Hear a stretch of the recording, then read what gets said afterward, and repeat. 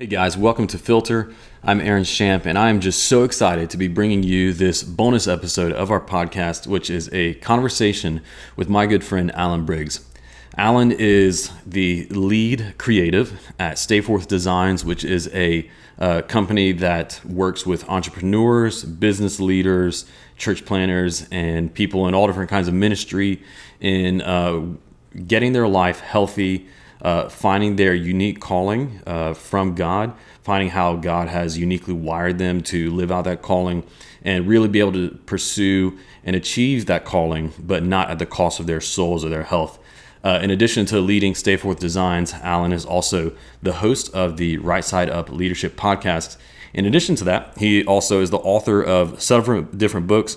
I've got a few of those right here. He's the author of Everyone's a Genius, of his first book, Staying is the New Going, and also Guardrails. He's also the author of the ebook, which is The Right Side Up Leader. You can find all these things, which are going to be in the show notes. This conversation is just great. I loved every minute of it. There's so much good stuff in here. I really encourage you to get excited, get engaged in listening to this one. There's going to be something really valuable for every person in it. Once again, before you go, make sure you check out the show notes after you listen to the conversation to follow up on any of the things that we talked about, including some show highlights and then also some resources to find Alan's books, to find StayForth Designs, his podcast, and whatever else. I really hope that you enjoy this conversation as much as I did. Here is my friend, Alan Briggs.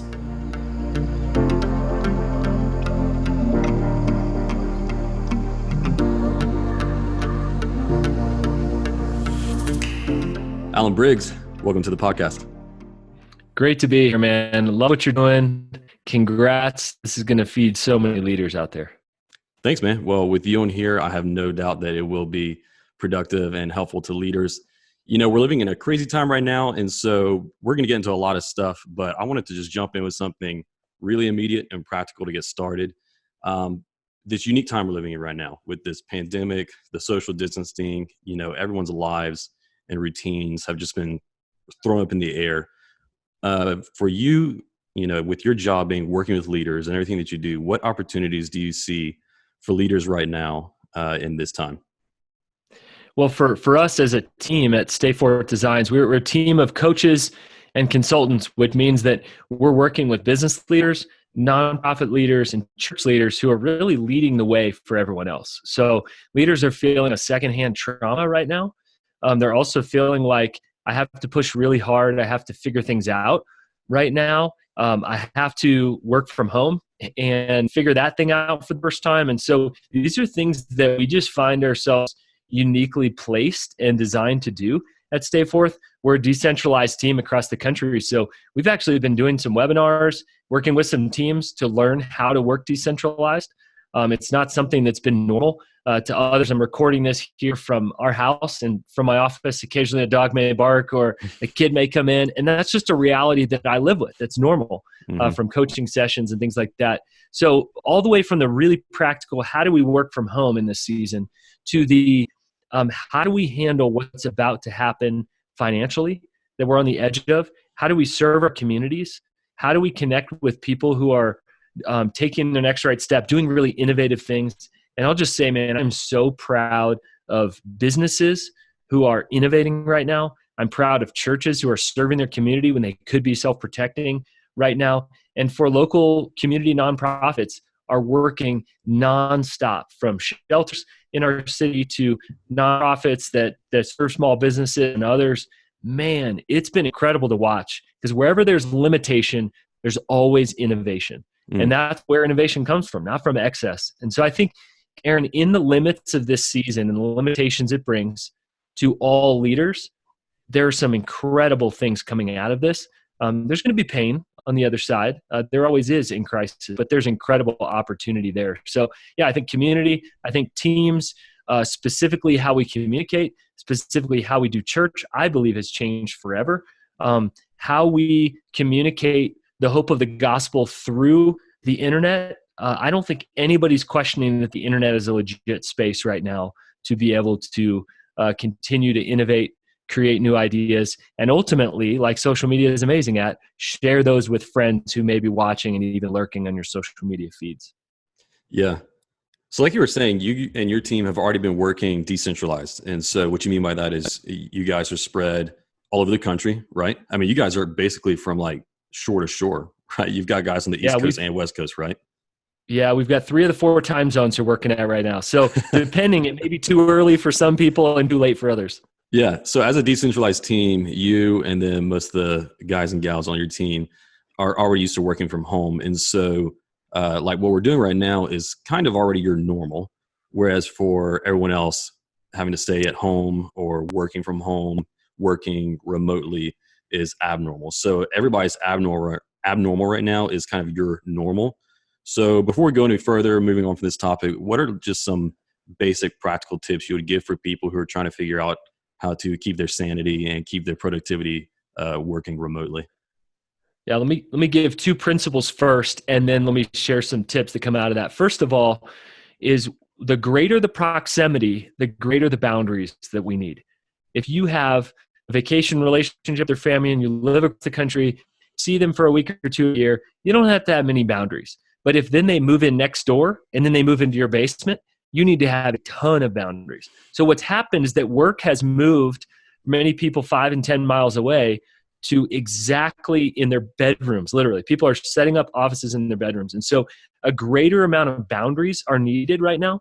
And I'll say the boundaries can be what time you're going to work, where you're going to work from, when you're going to be around your phone, when you're going to be done answering emails, connecting with your team, producing for work. When that's literally in your bedroom, for me in my office, just a few feet away from where family life happens, we have to have greater boundaries. We have to expose, I would say, even our kids to the fact that, oh, daddy or mommy is working right now. And that's hard for them to understand. And so we have some processes. I have a little thing on the door. I literally turn when it's in a meeting or come on in, and the door's open.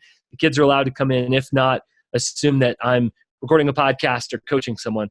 And so I think that's a huge principle right there. Again, I already talked about how innovation comes from limitations. So I actually think view this time as an opportunity to learn something that you didn't know about communication, about how you can work. And I actually think in times of crisis, what I've observed, Aaron, is that people are actually working more but getting less done. I think a lot of people are glued to their screens right now. And I think that we need to define what is urgent and what is important right now more than ever. Because I think people are spending half their days looking at Twitter feeds and news and going from thing to thing on their phone, forgetting there's actual work to be done, and forgetting that if you have less work to be done, we could actually invest that back in our families, in our mental health, in our physical health.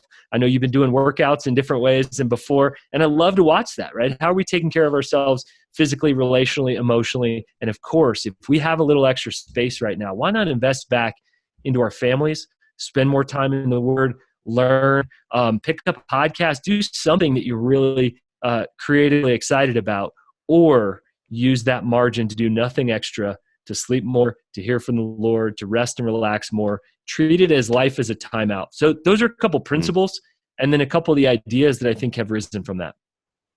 That's so good. And so, yeah, I'm definitely hearing the boundaries thing. I mean, that's super important. And so that's really good stuff. I think it's great to start there where people are definitely feeling some pain points. And so thanks for those. Whenever I was thinking about us doing this episode together and to sit down and talk. And so, most people probably already know you and I have been friends for a while. And we've been friends for a while. You've coached me through a whole season of coaching. And so in all of that, I'm thinking about, okay, what are some things we want to talk about and cover in this interview and get to? And one of the things that came to my mind is I realized I don't really know much of your story, much of your background. And so just tell us your story, man. Yeah, well, again, I'd rather be eating over a po' boy at Old Time, but if we have to settle for some food that's non-Cajun right now and to be at a distance, let's talk about this. Interesting that you say that, because my role as a coach, Aaron, is to focus on those, to ask questions of the other people. And so I may ask deep about, your own story, your family of origin, you growing up. And so I get that quite a bit of like, hey, we should hang out. Like, let's hear your story. And so I actually grew up in an incredible family, and I'm one of the few, I think, that really has had the gospel modeled to me from a young age.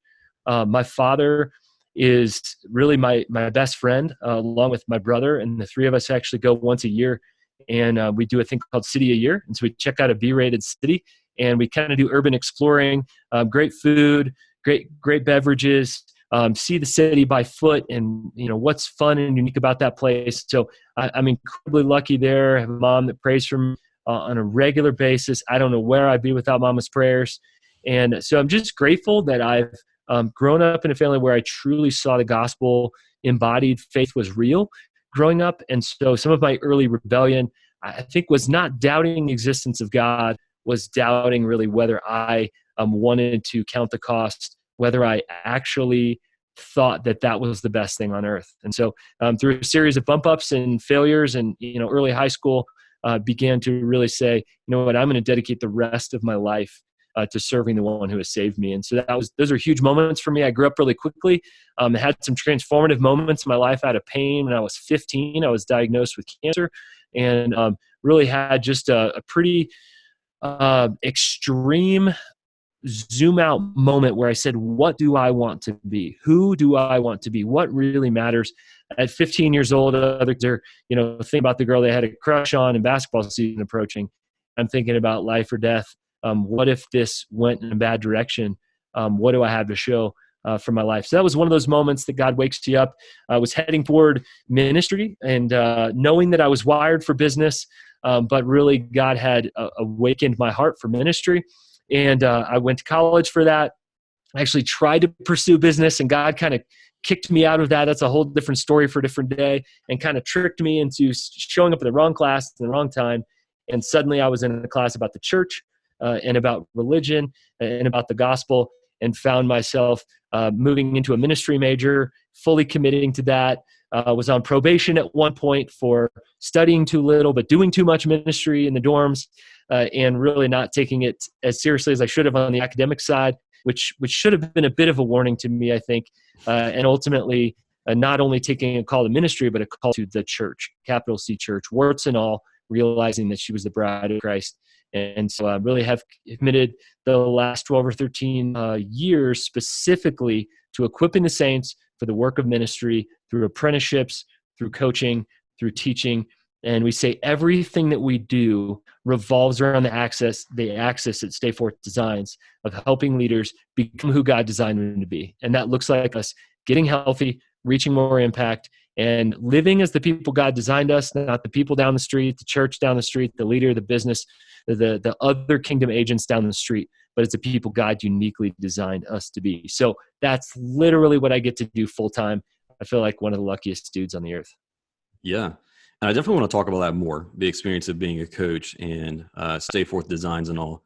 But I want to stick with your story for just a second more and talk about, so you have a very clear conviction and awareness of what your calling in life is. And like you just said, you know it and you love it. For people who are listening or watching and they're struggling with their calling, trying to discover it, their calling, their unique gifting, what God has for them to do. How did you discover yours and come to the place where you are right now? And maybe what kind of insight can that give for people who are listening? I love to start with the idea of, what are you curious about? Like, what are you endlessly curious about? And then to just kind of follow that thread and to know that God's in there, that God put that there. What are you endlessly curious about? For some, it may be biology, that you don't know why, but you have always loved looking at animals and going to zoos and studying. I have a friend of mine, and his son won't stop asking him big cat questions and is obsessed with big cats. Well, there's something there that God has put there, and we call it unique design. There's something in there God's uniquely designed you for. So usually we follow curiosity and we'll find our next right step. But rarely ever does it just the world open to you and say, this is the thing I have designed and purposed you for. That certainly wasn't for me. For me, it's been a combination of threads as well. Sometimes 3 or 4 things you're curious about. I've always loved entrepreneurship, starting new businesses, meeting pain points.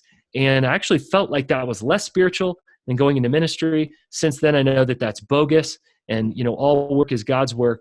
And I just know that anything short of sin we can do for the glory of God. So I really pushed into entrepreneurship as a kid. I worked and worked and worked in the summer, and I would mow lawns. I didn't even really need the money. I don't really know what I spent it on. It wasn't about the money or the acquiring of stuff. It was about applying myself and then seeing how I could meet these pain points, serve these people, and have money that came back to me. And that I employed my friends, one time my brother, who's 4 years older than me. So entrepreneurship was a thread for me. The wilderness has always been a thread for me.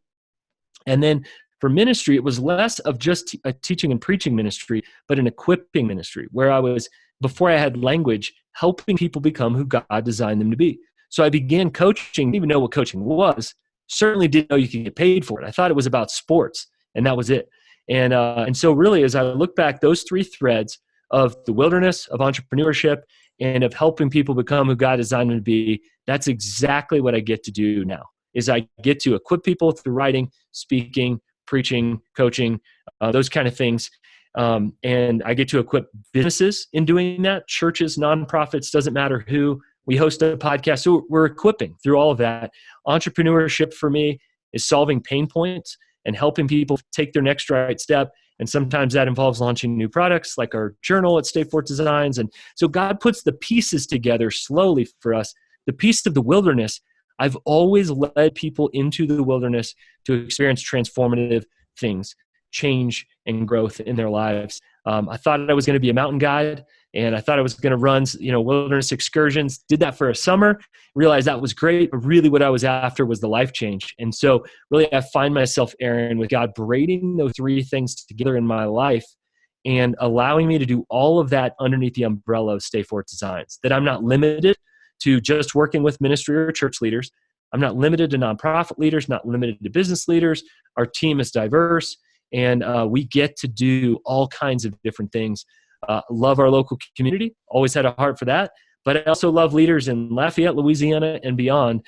And I get to have some traveling, speaking, coaching, consulting ministry, but I do that about once a month because I'm not going to neglect the call to my family in that. So the short of all that is to say that God will often braid those things together when we follow our curiosity and we're obedient to take our next right step. This was over the course of about 10 years, these things began to make sense. Mm-hmm. The other thing I'd say is it's often through your spouse.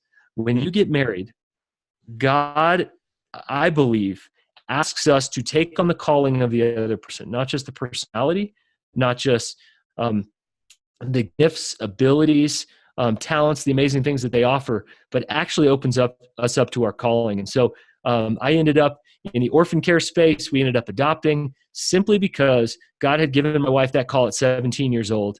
And we found ourselves just shy of engagement, literally visiting a friend in prison, which is a part of her heart, is to care for the down and out, the widow, the orphan, those in prison. And her saying, God has called me to adopt. Will you take on that calling as well? And so before we were even engaged, I really took on the calling of adoption, which I hadn't thought about.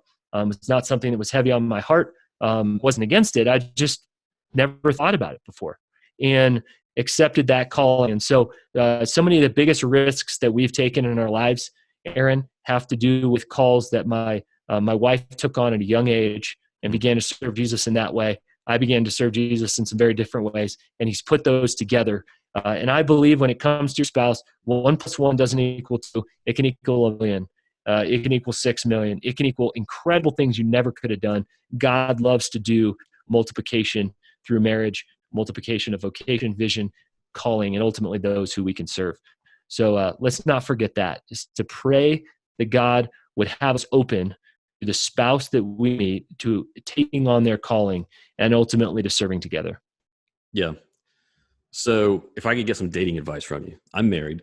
But for the single ones that are listening, with those things you just talked about, if I'm a single person looking for a potential spouse and I'm going to go into that relationship ready to take on the calling of that spouse, what are some things that need to be in my head as I'm looking for a potential spouse, considering my calling and then taking on the calling of another person? Yeah, let's just be real. I think they are going to be better at many things than you are. I mean, my wife is an all-star, keeps our family together, has administrative gifts that I would never dream of. I don't know how to do half of what she does, and she would say the same about me. So I think keeping an eye open that you are neither intimidated by that person, putting them on a pedestal, or feeling like your gifts are so much greater than them. So really, I think that comes from a humility and a prayer that God would bring you somebody that if you don't have that person in your life, then your gifts cannot be activated to the full amount.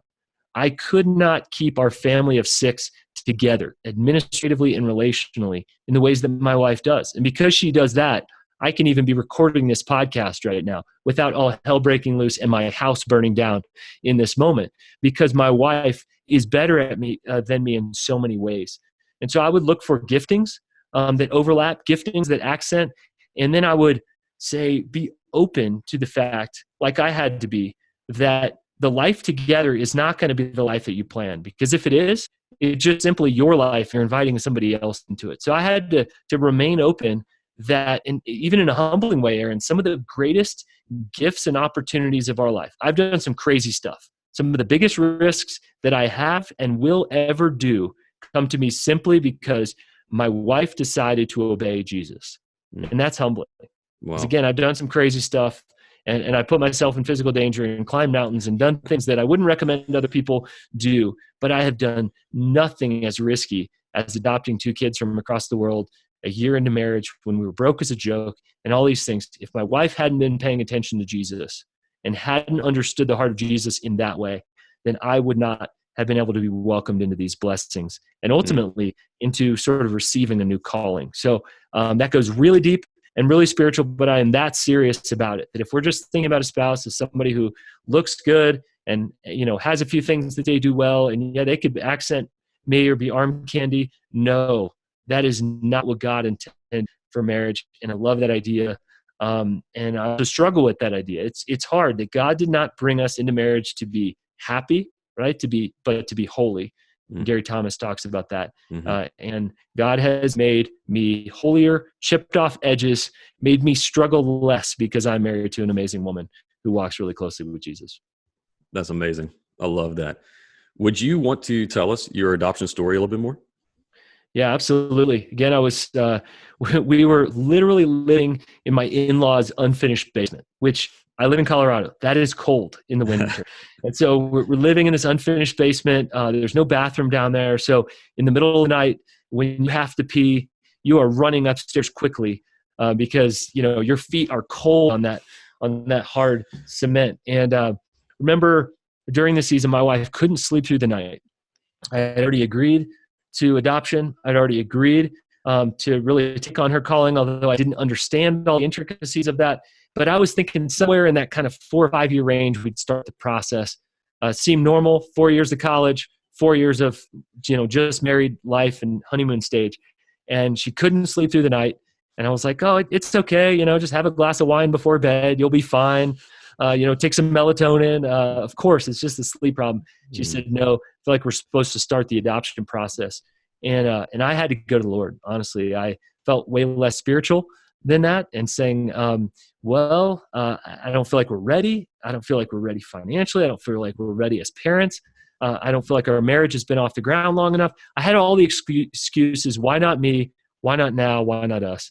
And suddenly, God just, you know, is in this moment where he had to speak to me directly, and almost ashamed to say that he had to speak to me in the area of provision and money to say, are we foolish here? And, you know, you've heard the stories before. It started happening to us where checks end up in the mailbox for no particular reason. I'd already spoken at something, and they already paid me once. This has literally never happened ever, except for this time where they paid me twice. They paid me once, the agreed upon rate, traveled across the country. It was a month or two later, and they said, yeah, we just thought we'd pay you again. Who does that? Here's free money. Well, the Lord was confirming in the way that I needed to hear it.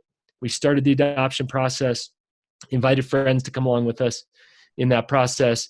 Some gave, you know, what I think is a huge sum of money. Some bought our kids' beds, knowing that we were going to now move upstairs from the basement.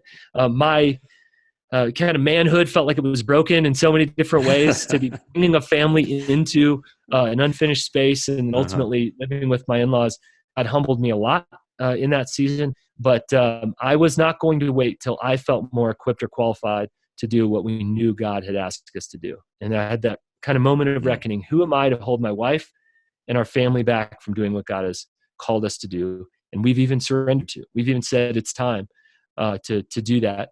And so obey God before you feel like he's ready, and get ready, man. Wild stuff's about to happen. And so right after that, ended up actually raising full-time support to work with church planters, and still broke as a joke, but now with 4 mouths to feed, 2 kids who didn't understand our language. We went from 0 kids to a 6-year-old and a 2-year-old. We sat in first grade orientation about a month after our daughter came back from Ethiopia and said, what am I doing? I'm not old enough to do this. And so my daughter would have been born halfway across the world when I was in my junior year of college, to kind of put that in perspective. And so I felt like we had catch up life stage wise to a lot of the things that God needed us to learn in that season. So it was nuts. I don't remember a whole lot of the first few years of adoption. Was tired, like most young parents. But I look back and it was daily provision to just do the next right thing. And so some of the hardest times we've ever had and some of the most amazing times the Lord we've ever had. Gosh, that's amazing, man. And I just think that there's so many good lessons in that story for people who are potentially considering a calling to foster care or adoption, but even outside of that, in that I think that really often we believe that in order for us to step out into a big risky calling or some new step, we expect that we need to have absolute certainty, feel completely equipped for it. There be no areas of lack of knowledge. Like we have everything we need, and then whenever it's easy and comfortable, then God will have us step into it, where it'll be an easy step, and it'll be full of rewards. But like you pointed out, stepping into those big risky callings very often is going to happen without us feeling fully ready for it, full of uncertainty, and just having to step out and trust in him. It doesn't work. It doesn't work that way. I mean, we want the benefits of life in Christ, but we want to take none of the risks. I'm sorry, but it doesn't work that way. We want the joy of being on a mountaintop, but we want God to helicopter us up, drop us off, and we want the accomplishment of having climbed without the pain, the blood, the sweat, the tears. That's just not how it works. And sometimes I hate that. And yet, for whatever reason, Aaron, God has called me to extreme leaps. And that's not the case for everybody. It's interesting. Most times in coaching, I said it to you many times, what's your next right step? Just take your next right step. For whatever reason, my next right step, many times they've been jumps that I feel like people much older, wiser, more skilled, more schooled, whatever. I have all the reasons that I'm not good enough, just like you do. I feel imposter syndrome, just like everybody listening. And all of those leaps for us have been pretty big. It's from not raising support at all to sure, we'll do that. We'll learn how to do it in 2 weeks. And we'll trust God 100% for that. I don't recommend that to everybody. I might not coach you into that decision, Aaron, but I do, for whatever reason, you have to recognize God's pattern in your life. And God, I think, has a unique pace or pattern or cadence for all of us. And just like I can't look down on the kind of music that you listen to that brings you alive, you can't look at somebody else's pace and the big jumps or the small jumps or the incremental growth or the monumental growth. We just can't compare ourselves, because comparison is the great creativity killer. And there's a question that's been really helpful to me, because there's an insecurity before faith. There's a fear before faith. And this question to me, there's actually 2 of them, but one of them, is this in the heart of God? Is this thing that I'm about to do in the heart of God? If it is a safe place to be. You may fail, but it is a safe space or place to fail. And I had to take that decision back. Is orphan care in the heart of God? Yes. Is caring for leaders, making leaders whole and experience shalom and become who God designed them to be, is that close to the heart of God? It is. Is communicating the gospel? I wrote 3 books in 3 years. Do not recommend it. That was one of those massive leaps. Not a good plan. Wouldn't recommend it yet. For whatever reason, God had me doing it. Are all 3 of these messages within the heart of God worth striving for, sweating for the next few years? Yes. Okay. I'm going to take that leap. And many times we don't ask that question, is this in the heart of God? Brene Brown asked the question, what's worth doing even if you fail? Mm. And almost everything I've done in my life, there are a few exceptions, but almost everything I say, man, if I fail, this is 100% worth it. This is the kind of thing that I want to go after with my life. And I can't guarantee whether it works out great on the other side of this. And there's a gal, Christy Wright, and she says, whenever there's a presence of fear, it doesn't mean that you're doing something bad. It just means that you're doing something hard. And I think many times fear for us becomes an indicator we're doing the wrong thing. But actually, fear for me has become the indicator I'm doing the right thing. Now, how do I do this as wisely as possible? I've discerned this massive thing. And most people come to us for coaching saying, I've discerned this massive thing. It's pretty scary. How do I do this in the wisest way possible to steward this one life, the time, the energy, the money, the abilities that God has given me?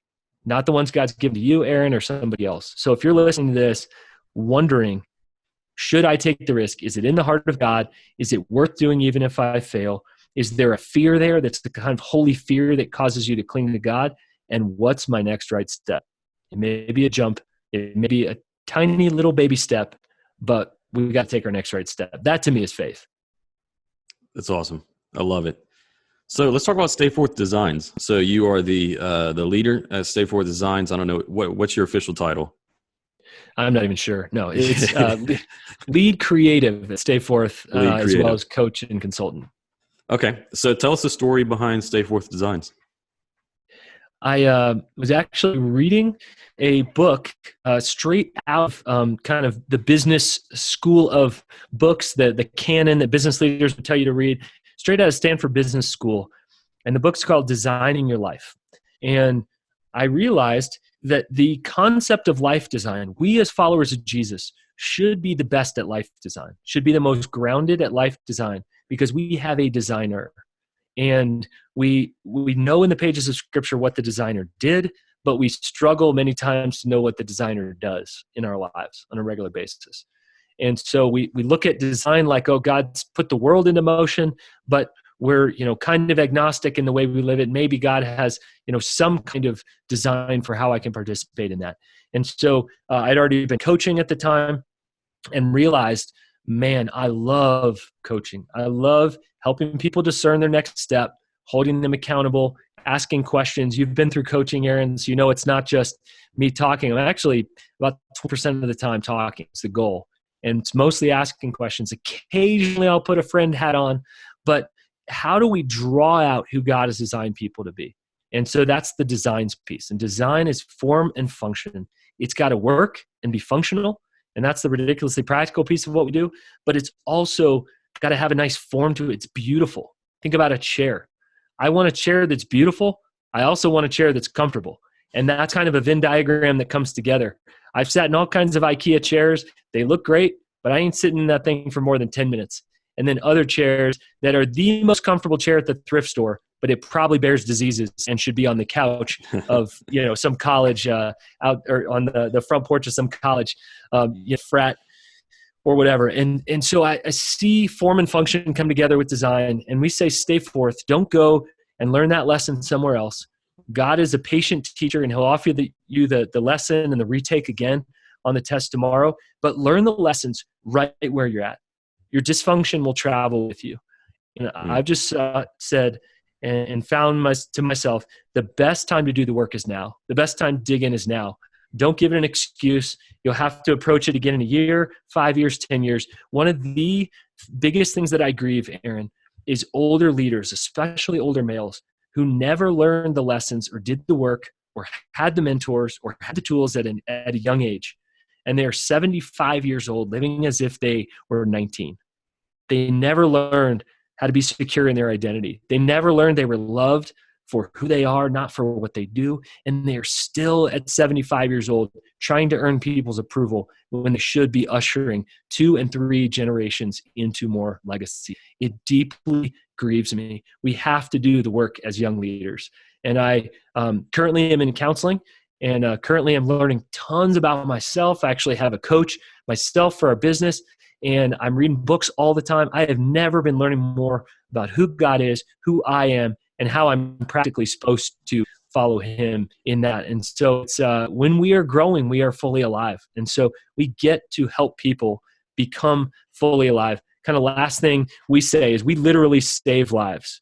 We help people become who they're designed to be. I mean, we literally help like zombies. Sometimes people who are burning out, don't know why they're doing what they're doing, become the enlivened people God has created them to be. I mean, we get to watch incremental miracles happen through coaching. So it's a great joy. We're not suffering on this side of it. I mean, I love what I get to do. Our team is so passionate and purposeful about it. So that's where you put StayForth together with designs.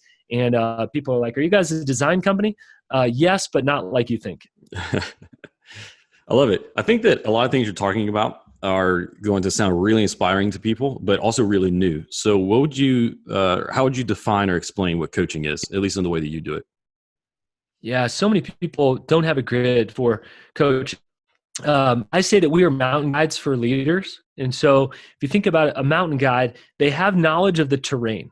They've been there before, and yet they can't carry you up the mountain. They shouldn't carry you up the mountain. They're not strong enough to carry up the mountain. You've got to walk on your own legs. And so we walk alongside of people on the leadership journey.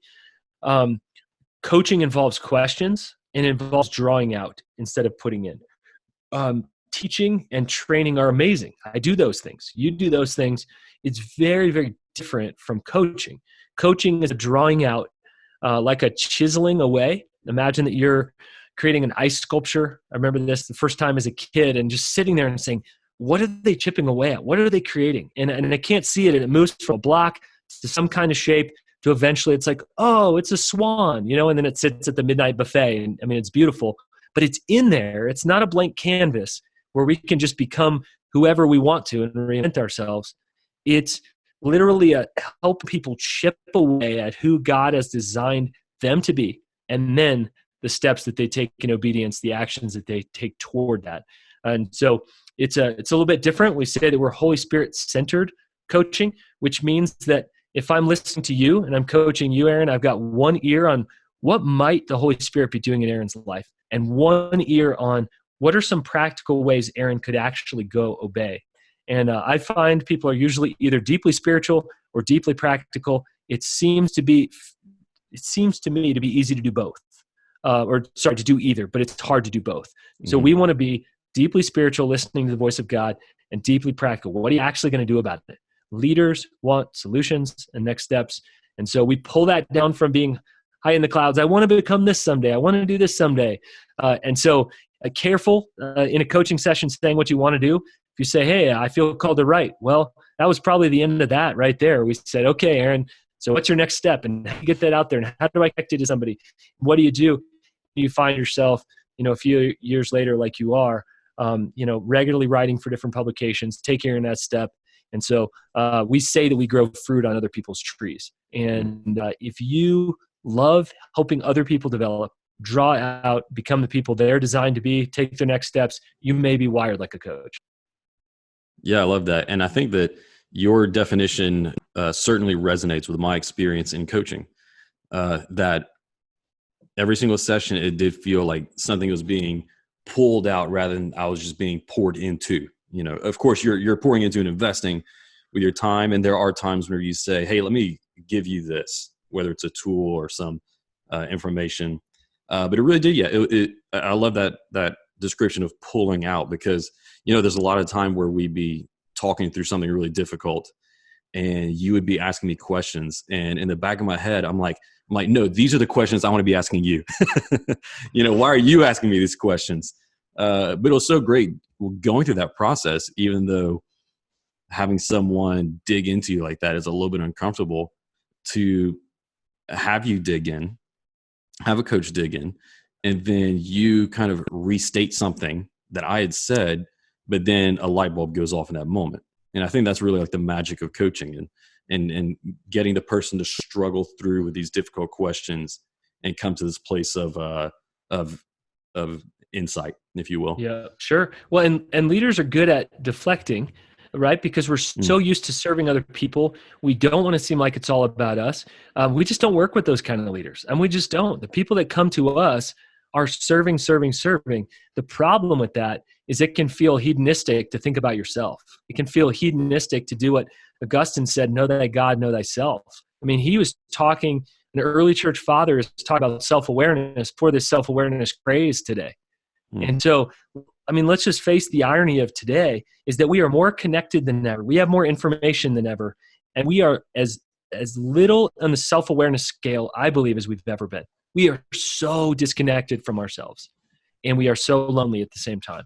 And so rarely does a leader have somebody drawing them out. They're assuming, oh, Aaron, you got it. It looks like you're serving God. Looks like you know everything going on in your life. You're good. And we forget the leader's not good. The leader's not just okay. The leaders are human. They have limits, boundaries, they have needs, they need friendships, they need relationships.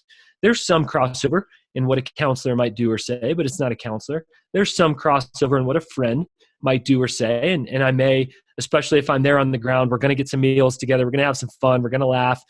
But we're not, I'm not primarily there. I'm not flying across the country in that moment to be your friend. I'm literally there to serve you in this way. It's a very unique niche that is bigger than just a sermon you can grab from somebody else.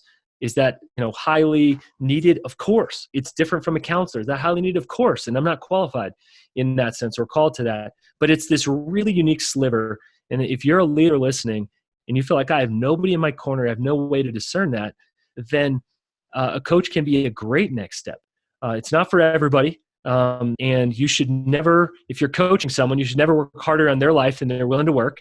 So Aaron, if you ever came and I felt like, oh man, I'm working harder than he is right now in his life, we're going to have a timeout. Maybe you got too much going on in your life. Maybe this isn't right for you.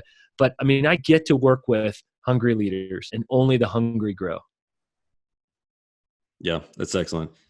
And I know that's one of the things that you look for primarily in taking on a new client is hunger and growth. And I think that's a good lesson for us to take, even if we're not professionally working as a coach. But if you are in business looking at hiring people, if you're teaching in any capacity, you know, if you are in an office and you have coworkers, looking for the people who are open, hungry, they want to see your success or the business's success as just as much as their own. And that's a really great quality to find in a person. You mentioned how you've been able to see just like zombies come to life or people at the edge of burnout just have great new life rejuvenated into them. Do any particular stories of transformation stick out to you? Yeah, there's a gal. She's actually a refugee that originally came to our country fleeing the tyranny of a particular country. She's a church planter in Middle America. She works with refugees and people who have been displaced from their country, and she does all the things. She is a hard worker, gritty, and she stepped into coaching a little bit skeptical. I mean, leaders, the cardinal sin of leadership is don't waste a leader's time. You know, every leader coming in is skeptical. Yeah, we paid for this, but really the big investment is time. And so I think she was skeptical that her time would be wasted. Many people have had bad coaching experiences, so I think there was some of that for her. And she wondered, why am I here? I'm doing fine. And started to see her heart soften, started to see her take some next steps. And this gritty, hungry, honest leader, I'm walking with her, finishing up 2 rounds of 10 sessions. So we're about 20 sessions later, which is close to, that's about 30 hours of spending specifically on her, drawing out, having her take next steps, checking in with me. And we have, I mean, she is unrecognizable in terms of how she has grown. She has started putting up boundaries, realizing she has limits, realizing she needs to empower a team and not just do it all, realizing that when somebody comes to her ready to just drop a burden on her, she needs to ask some more questions. She is unrecognizable. And it's been incredible to watch, honestly, to say that I never thought that she would come this far. And there was a moment when she literally said, if I keep running at this pace, I'm going to die. I'm literally going to have something in my body fail. All the way now to somebody who's now coaching some other leaders, starting some apprenticeships at their church, continuing to serve the community. They've bought a church building. and now are relocating that side of town. And some incredible things are happening. She's grounded. She has her identity intact and secure. And I get to hear those kind of stories all the time. And I get to work with those every day. So she stands out. And I won't tell the full story, but I'm currently working with somebody who works in the millions of dollars. I talk about yearly goals. Hey, what's your annual goal? And he said, well, yeah, I've got to come up with 125 million in capital this year. So that's the thing I'm heading toward. Said it, cool as a cucumber, not as stressed as a lot of leaders who are not stewarding as much as he is, especially financially. And even just to watch him care for his family more during the season, to realize he has needs and limits, and to make better decisions with his partner. And I literally can say millions of dollars in deals are on the line this year. And he really wants to become a healthy leader so he can continue to not just be successful at work, but so he can be successful at home as the dad that God has called him to be. He's getting his nights, weekends back. He's starting to run again, do some things that he enjoys that he's forgotten for a while. So I get to be in all of those life and leadership conversations. That's great. And something that I'm definitely hearing from both of those stories is people who started to experience freedom. And one of the things that you often told me when we were going through coaching is you would say, Aaron, I'm not in the leadership business, I'm in the freedom business. What do you mean by that? Yeah, there's so many people offering leadership tips and tricks and advice. It's everywhere out there. Go Google leadership on Amazon, and the amount of results are going to be in the millions. Everybody wants to talk about leadership, but who is actually taking things off of our plates, calling us back to this abundant life of Jesus, this full and zestful life that is available to us? And I find that so many things on leadership are telling you more of what to do. They're putting chains back on you that are heavy and burdensome and rusty in different ways. And yet very few people are saying, this is leadership in the way of Jesus. And it looks like freedom. We have this phrase that we say, the abundant life is not a unicorn. And so many times as Christian leaders, we treat it like it is. Like, oh, that was cute when Jesus said that. Like, oh, there was a legend that, this idea of an abundant life, like, doesn't that sound nice? But yeah, we're just going to be stressed, poor, overwhelmed, and anxious here on this earth. And I just no longer receive that. And so we are in the business of helping people become who God has designed them to be, and looks and feels and smells like, not like more chains, putting on more burdens on people's lives. And so for us, we take that incredibly seriously. At the end of your time with us, you should feel more free to be who God has designed you to be, not just a list of 25 more things to do and feel bad about when you don't meet that goal. I think that all of us, no matter where we are, whether you're in ministry, business, some other field, a student, we all hear something like that and we think, that is what I want, right? That's the kind of life that I want. We like hearing that, oh, I don't have to be stressed out and whatever else to achieve goals or to follow after the calling that God has given me.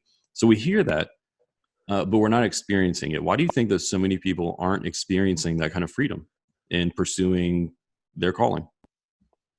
Number one, we don't think it's possible. If we believe it is a legend, then Satan keeps our eyes veiled. And remember, Satan comes to steal, kill, destroy, distract, and discourage, all words of death. And if Satan can disorient us enough to believe it's just not possible, that's a cute dream and a cute idea, just not possible. And there's so many people that believe that greatness, believe that freedom is not possible. I meet so many people who come from a bad narrative growing up. Maybe their parents had a bad marriage, so they believe marriage is impossible to have a great marriage, let alone a good one or a functional one. So they either choose to not get married or they choose to get married and hold back. And the same is true spiritually. If we don't believe, if we've never seen it, we don't believe it's possible, then we're actually not going to lean into it. And what's crazy, Aaron, is that all we need to believe something's possible is to see it one time. One time, the power of one. You guys listening, if you are the one person that says, oh, I'm the first Christian that wasn't weird to somebody, like Here's to not being weird. If I'm the one person that lived a life that they said, I could follow that kind of integrity, it's possible now. And other people get a vision for it. You're the first married couple somebody's met that you wanted to be like.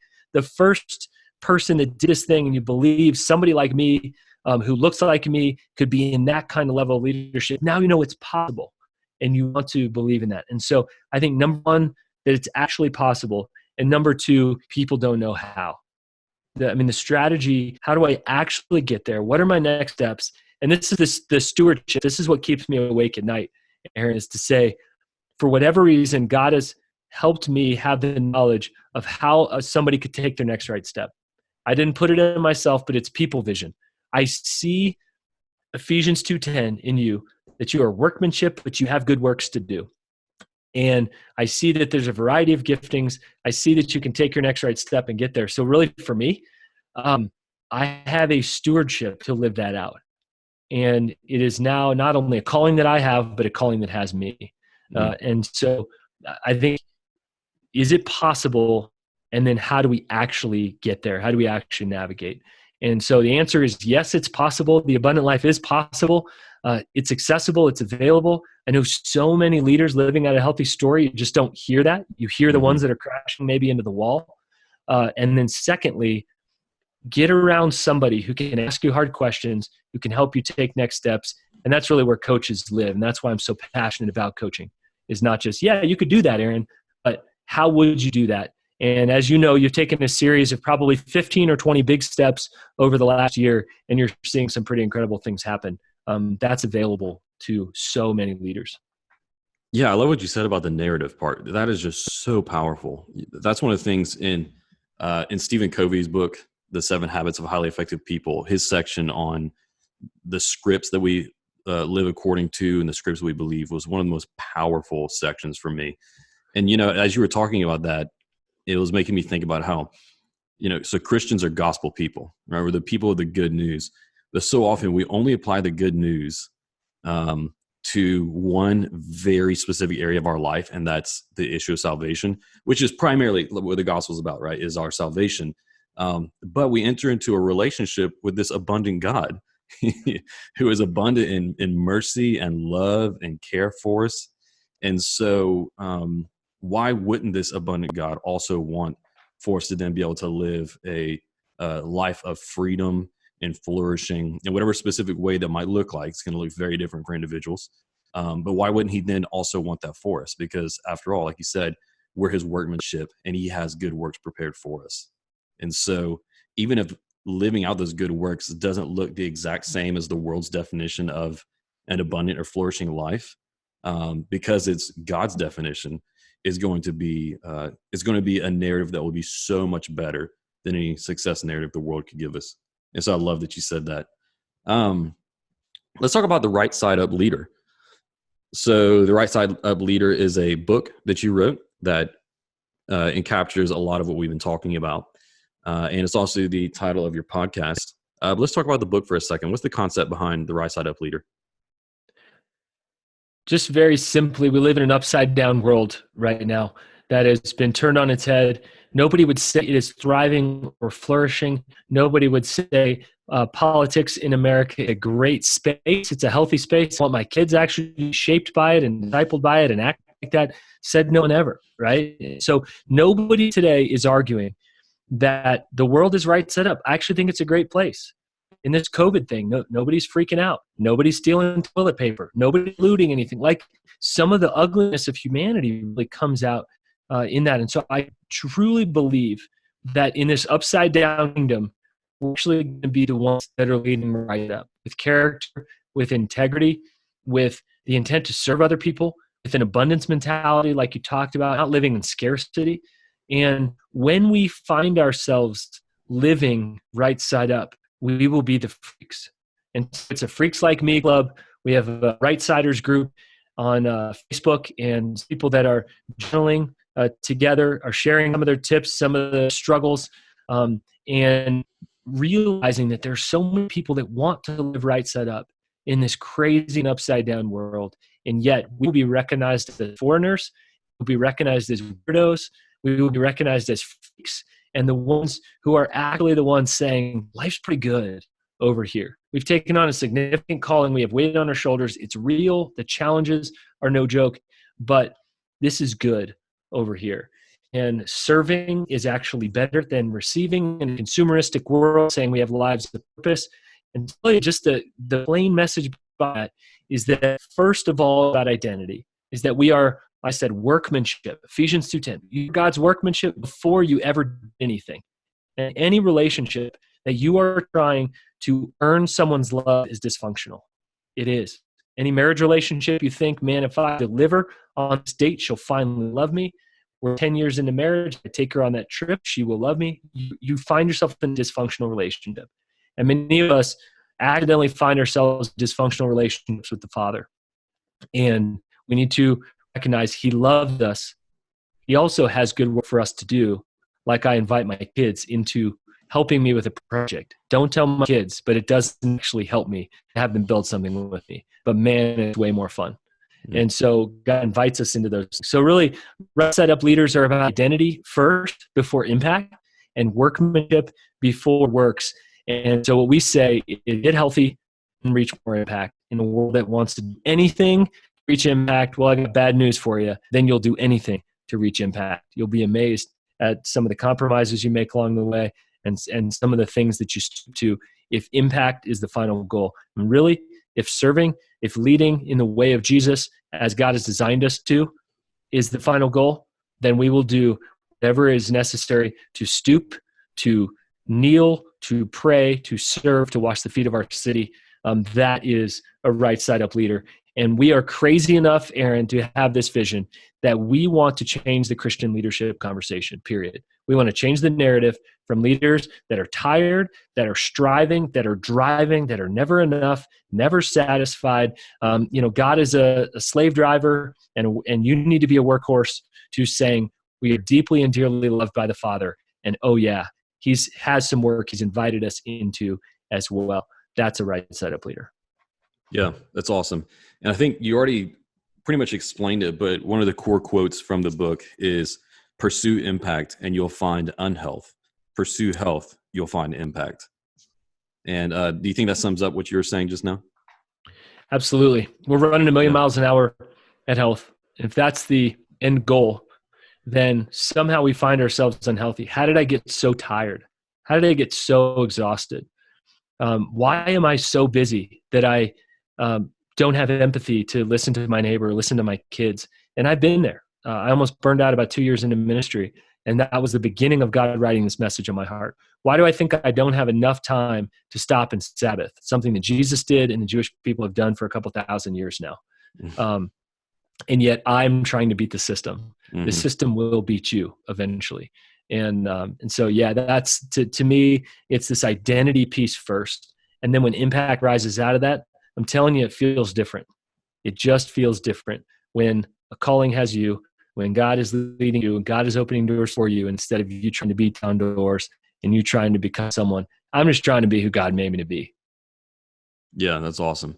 Whenever I was reading it, I saw like the 3 core sections or the 3 core points or ideas in moving from being a leader who pursues impact to becoming a right side up leader who pursues health. I saw the 3 core ideas as being the focus on identity and meaning before just like what you do, installing healthy rhythms in your life, ceasing from producing, and then also making a shift from being and living reactively to proactively.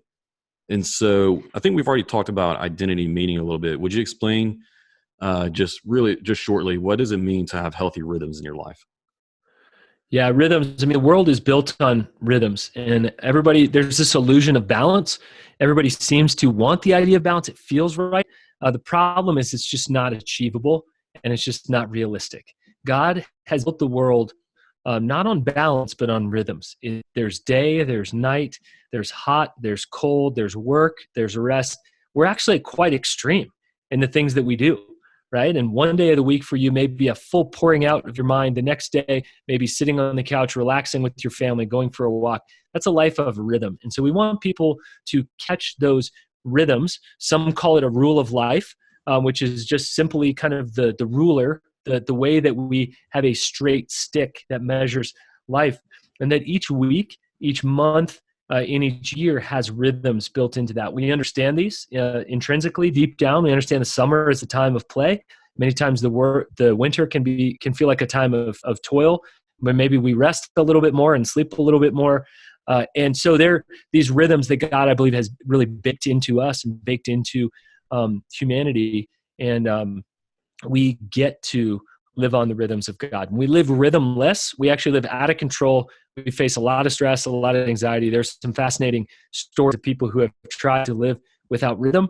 There's some stories of Alexander the Great and a few others that thought this 7-day week thing is stupid. We could get more productivity out of people. Actually, for a time, even installed an 8-day week and thought, man, I can squeeze an extra % out of people and work more, build the kingdom faster. And people were committing suicide. Work was going down, and to realize, God has set this thing up on purpose for the rhythms. And by the way, I think it's one reason people like going back to the beach is because there's this groundedness with knowing there are tides coming in and out. Last time I left, there were tides. I come back, there are tides. And there's just a groundedness to knowing there's something way bigger than us spinning the world. Yeah. What are some of your rhythms? Just to give people an idea of kind of a concrete example, what rhythms look like. Maybe let's just talk about weekly. What are your weekly rhythms look like on an average week? I know that can vary. Totally, vary a little bit, but I would say just that the most base building block is Sabbath. I just define which day I'm going to cease driving, which day is designated for rest, for refreshment, for rejuvenating me, my life, my family. And for me, that involves some adventure in that. And that's probably a whole nother podcast, kind of what rhythm or what Sabbath actually is. But for me, there's play in there. That's something that's really important to me. There's exercise. I try to combine those. And I do basketball actually 3 days a week with similar people before social distancing hits. I actually love going out and mountain biking as well. And so there's some level of play, some level of exercise, really pushing the body hard and to the limits.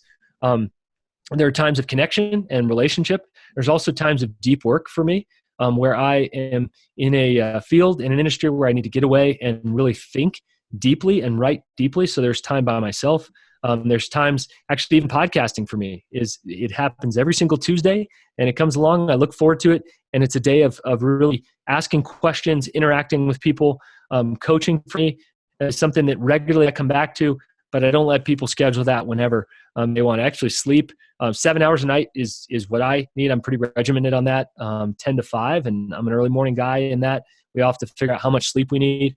Some have a higher capacity, some a lower. We just have to figure that out. And then people and relationships is a huge one for me. What level of, are you an introvert? Are you an extrovert? And so I know kind of what that looks like for me. I also need a little bit of spontaneity in my life. I'm an Enneagram 7, and so I do need some level of adventure, and I can go find that at the wilderness area near my house and go find that in a new coffee shop, but just something spontaneous and different for about half a day a week, and usually bring my kids along to that. And of course, how do I invest in each kid differently? And we have a rhythm of that. And then, of course, rhythms of the year. And we vacation really hard, rest really hard, do a lot of recreation, fun in the summer. And we know that the school year really is the time we need to buckle down and invest in our kids deeply. Awesome. Man, I had so much more that I wanted to get to. We are running out of time. Let me squeeze in one more short question before we go. And like I mentioned, you wrote the book Right Side Up Leader, and then you have the Right Side Up Leadership podcast. We're going to have a link to that in the show notes so that people can find it and follow it. I highly recommend it. You are a few dozen episodes in now, right? You've been doing it for at least a year. We have hit 80. We're in the 80s right now. Okay, so that's a lot of episodes, but just for us to close out, let me ask you, if somebody is just now hearing about the podcast, they are going to go subscribe, and you say, hey, here's one episode for you to go check out just to get started. What one interview sticks out in your mind that you think they should go check out? Man, it's like asking which kid is my favorite kid. You can't do that to a man. John Mark Comer came on and talked about the ruthless elimination of hurry. Phenomenal book, phenomenal episode. If you feel like you're running too fast, that's probably the one to start with. We also had Nona Jones came on. Nona is a fascinating woman who has worked with Facebook and works with nonprofits, is a speaker, motivational coach. Crazy, hard, devastating, redemptive story that she has. And then also, if you are a father, there is one by a guy named John Tyson who talks about how to raise men. He talks about how he's discipling his son. That is the one with the most tears I've had. I had guys text me and say, "Thanks, man. I'm on my way to work and I am bawling in the car." So if you're up for that, if you're up for all the feels and really for that, listen to John's episode. But those would be three that really have stuck out. But honestly, they're all a highlight reel. We get to interview fascinating leaders. Yeah, those are great ones. And I know that was a difficult question, so thanks for playing along with me. I know that I've been following the podcast since you guys got started. I love it, and there are several episodes that stick out in my mind as well. And so, like I said, we'll make sure that we have that in the show notes so that people can easily find it. Alan, before we go, let people know how they can find you online, find more of what you do, and get connected with you or StayForth Designs. Yeah, I just say just follow StayForth Designs, not Go Forth, but StayForth, StayForth Designs, so StayForth.com. Follow along on Instagram and Facebook, wherever your preferred social media of choice. That's where I honestly send people first. I do my own stuff at Alan Briggs, AlanBriggs, but honestly, you'll see a whole lot of my family there and maybe some quotes, some things I'm thinking through at the time. But the StayForth page, we're really intentional about curating content that can bless leaders, that can ultimately make you think a little bit and can bring you back to right side up leadership. So yeah, start there. Aaron, man, love that you guys are doing this podcast. Keep up the great work, and it's good to see your face again, man. Yeah, thank you, Alan. I appreciate you coming on here so much, investing the time. I have no doubt this is going to be really, really great, redeeming, freeing content for a lot of people. So like I said, a lot more. So let's do this again. Thank you so much for being here, man. Sounds great, man. Thanks for having me.